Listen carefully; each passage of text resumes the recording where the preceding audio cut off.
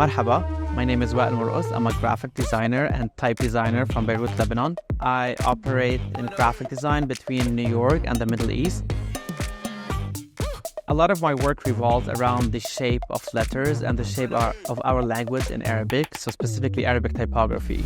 And I'm very much interested in trying to find ways to put Arabic typography on tangible objects, part of our daily life, which is why some of the projects that I've been involved in is about putting Arabic typography weaved on blankets. So for this product, I was inspired by a song, فوق النخل, which is a beautiful Iraqi song originally sang by Nazim al-Ghazali. And I was also excited about the idea that palm trees, when looked up from top view, they look like flowers. So the idea of being above the palm trees, floating and flying and singing that song was an emotional connection that I hope the viewer will also get by looking at these products. As someone originally from Lebanon who lives abroad, things like songs or stories become very important codes that we relate to anchor our identity, to remember where we come from, to remember who we are.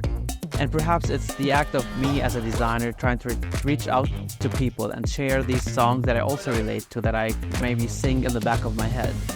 Which is why I'm excited. I'm always interested in these moments of popular culture that people can immediately relate to.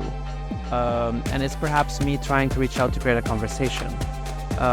So that's why this kind of work is the kind of work that I produce, and the shape of the Arabic letter is the medium that I use to communicate these ideas. I think art has the power to create conversation and to facilitate dialogues and to create a space for sharing. And I hope that the store, the Biennale here in Riyadh, will allow people to create a space to share their ideas and share their culture, meet new people, and feel that they have something to say and that there's a place for them to be heard.